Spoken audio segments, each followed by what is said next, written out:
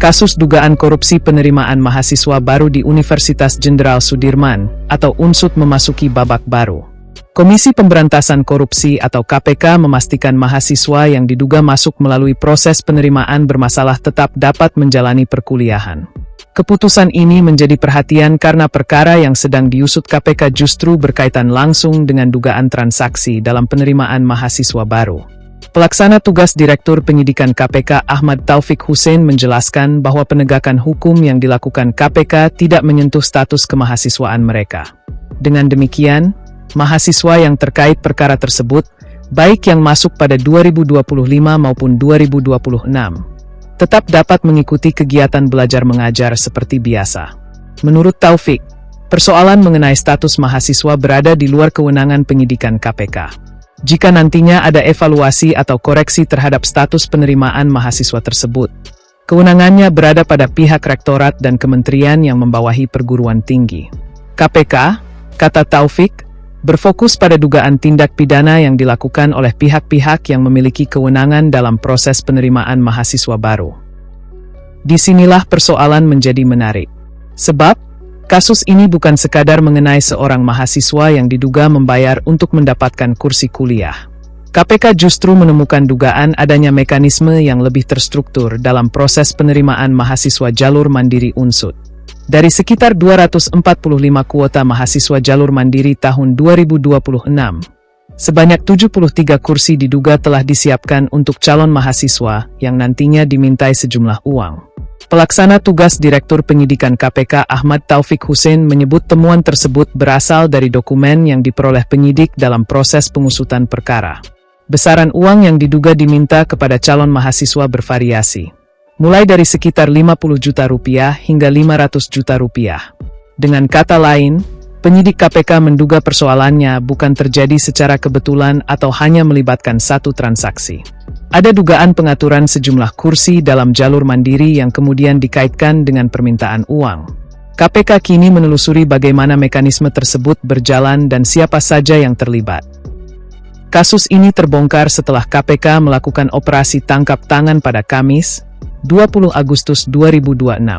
Dalam operasi tersebut, sejumlah orang dari lingkungan Rektorat UNSUD dan pihak swasta diamankan.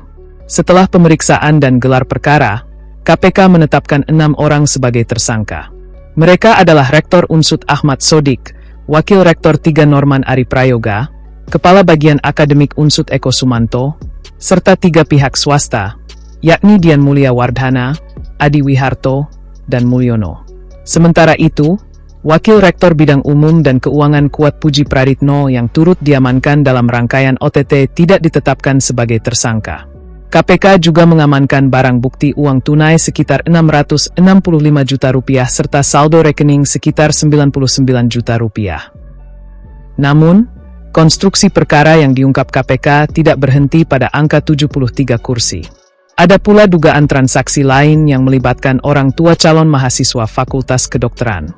Dalam salah satu klaster perkara, KPK mengungkap dugaan permintaan uang sebesar 650 juta rupiah kepada orang tua calon mahasiswa. Permintaan tersebut diduga dilakukan melalui Wakil Rektor 3 Norman Ari Prayoga dengan perantara Dian Mulia Wardhana dan Adi Wiharto, serta disebut dilakukan atas sepengetahuan Rektor Ahmad Sodik. Ironisnya, setelah uang tersebut diberikan, calon mahasiswa yang dimaksud justru tidak lolos seleksi Fakultas Kedokteran. Orang tua calon mahasiswa kemudian meminta uang dikembalikan sepenuhnya. Namun, menurut konstruksi perkara yang disampaikan KPK, uang tersebut telah digunakan untuk keperluan pribadi oleh para perantara. Pengembalian uang kemudian dikaitkan dengan rencana penggunaan 3 paket proyek di lingkungan UNSUD, yakni pengadaan kanopi, renovasi kantin, dan pengecatan gedung. Konstruksi lain yang juga menjadi perhatian adalah dugaan penerimaan uang sebesar 1,12 miliar rupiah dari pihak yang disebut sebagai pengepul calon mahasiswa. KPK menyebut Kepala Bagian Akademik UNSUD Eko Sumanto diduga menerima uang tersebut setelah melakukan komunikasi dan negosiasi terkait penerimaan mahasiswa jalur mandiri dengan sepengetahuan Rektor Ahmad Sodik. Setelah uang diterima, KPK menduga Eko melaporkannya kepada Sodik. Rektor kemudian diduga memberikan akses user ID kepada Eko untuk melakukan proses otorisasi atau persetujuan terhadap calon mahasiswa yang telah memberikan uang. Temuan ini membuat kasus Unsut semakin kompleks. Karena yang diduga dipertukarkan bukan sekadar uang dan kursi, tetapi akses terhadap sistem penerimaan mahasiswa. Sistem yang seharusnya digunakan untuk menentukan siapa yang berhak menjadi mahasiswa berdasarkan mekanisme seleksi justru diduga disalahgunakan oleh pihak yang memiliki kewenangan. Dan ketika akses sistem tersebut diduga digunakan untuk memberikan persetujuan kepada calon mahasiswa yang telah membayar, persoalannya berkembang menjadi dugaan penyalahgunaan kewenangan. KPK kini memproses perkara tersebut dari sisi pidana. Sementara nasib para mahasiswa dikembalikan kepada mekanisme pendidikan dan kewenangan kampus serta kementerian. Keputusan KPK untuk tidak menyentuh status mahasiswa juga membawa pesan penting. Mahasiswa tidak ditempatkan sebagai pihak yang sedang dibidik dalam proses penegakan hukum KPK.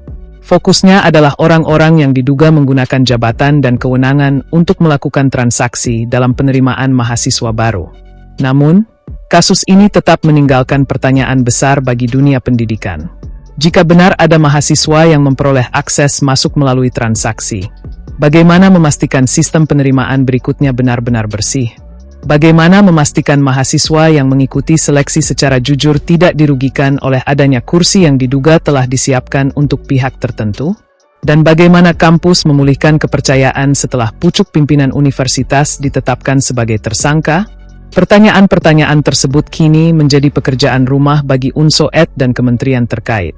Sebab persoalan penerimaan mahasiswa baru bukan hanya mengenai administrasi kampus. Di balik satu kursi mahasiswa, ada siswa yang belajar bertahun-tahun, ada orang tua yang menyiapkan biaya pendidikan, dan ada persaingan yang seharusnya berlangsung berdasarkan kemampuan serta aturan yang berlaku. Ketika kursi kuliah diduga bisa diperjualbelikan, yang rusak bukan hanya proses seleksinya. Kepercayaan terhadap institusi pendidikan juga ikut dipertaruhkan. Untuk sementara, KPK memastikan mahasiswa yang terkait kasus tersebut tetap dapat berkuliah. Tetapi proses hukum terhadap pihak-pihak yang diduga memperjualbelikan akses masuk kampus terus berjalan.